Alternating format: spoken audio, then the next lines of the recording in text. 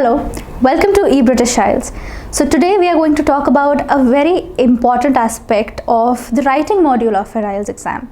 We are going to talk about the difference between a conclusion and an overview.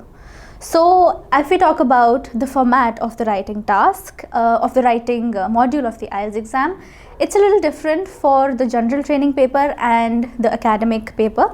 For the academic part of it, so the difference is only in the writing task 1. The writing task 2 is usually the same for both the general training and the academic part.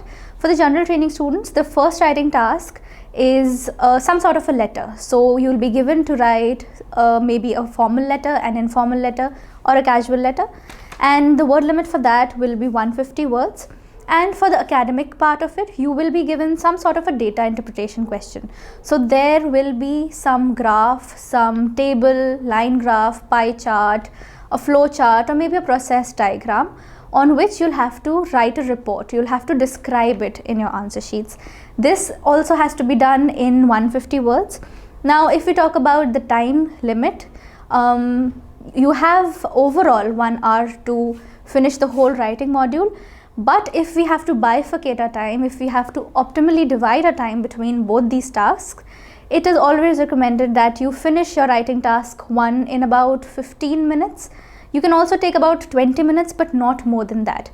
If you try to finish it in 15 minutes, the biggest advantage of that would be that you will get extra 5 minutes to revise it at the end. And since you have to cover about 250 words in your writing task 2, and also here you have to think a little bit, you have to form ideas and generate content. So obviously planning the writing task 2 takes a little more time, and also the word limit is a lot more than the task 1. So it's recommended that you finish it off in 40 minutes. So if 40 minutes for writing task 2, 15 minutes for writing task 1, and then 5 minutes for double checking for revising. Now the advantage of revising is that if ever you've skipped some words or if the spellings of some words are wrong, you can just revise it and take an overall nice look at your essay before submitting it. So now we'll discuss what is really the difference between a conclusion and an overview. This is for the academic part. We are going to talk about the data interpretation question here for the writing task 1. So now conclusion is usually done in your writing task 2, which is an essay. The writing task 1 does not really need a conclusion. So how do you write a conclusion? So in a conclusion, you basically do 3 things. The first is that after you've written all the detail, after you've given an effective introduction to your essay, then you sum it up in the conclusion. You always link the conclusion back to your thesis statement that you had made in the introduction. The second thing that you do is provide your own opinion. After discussing everything, maybe points of agreement, points of disagreement, or if the question asks you about some disadvantages or advantages, after discussing all that, you give your own opinion in the conclusion part of it about what do you think, what is your own opinion, what is your point of view. And the third, this is an optional step, but you can also write solutions or remedies if you are discussing about a certain problem. So if you have to provide some solution, maybe 1 or 2 lines, you can do it in the conclusion part of it.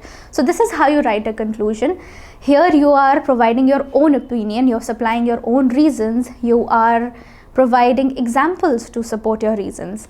That's why we always write a conclusion in the writing task 2 and not in the writing task 1. So what do we do in the writing task 1? We write an overview over there. What is an overview? An overview is basically a short summary of the whole question, of the whole data that has been provided to you in the question paper. So a lot of people call the writing task 1 an essay, which is correct, it's okay, but technically speaking, it's not really an essay, it's more of a report. And reports and surveys don't really need a conclusion. It needs an overview. So what do you exactly write in an overview? So here you can either write the maximum or the minimum trend. You can write whatever is the most or the least. You can write if something, if a figure, the highest quantity of a figure or the lowest quantity, or you can write anything that is not being changed in the question, which remains constant, which remains consistent. So anything that is highlighted. Whenever you look at the question, whatever strikes your eyes at a glance, you have to write that in an overview. Now coming to how long should it be? It shouldn't be more than 3 to 4 lines. Even 2 full sentences for an overview is enough. Make sure that you're not providing any unnecessary information there. So you don't really have to mention any facts and figures. You mention the facts and figures and all the data in the body paragraph and omit that in the overview. We have to keep it as crisp and as impactful as we can. So always remember that you write a conclusion for the writing task 2 and an overview for the writing task 1. Now, as the name says, conclusion is always written at the end. But where do we write the overview in the writing task 1? So there are 2 options that you have. Either you can write it just after the introduction, or you can write it at the end. Both of them are technically correct, but as IELTS trainer and as out of experience, I would recommend that you write the overview just after you've finished writing your introduction. Now this helps a lot in time management. Writing an overview contributes to gaining more marks in the task achievement criteria of your writing module. So if you've written an overview, it would make a good impression.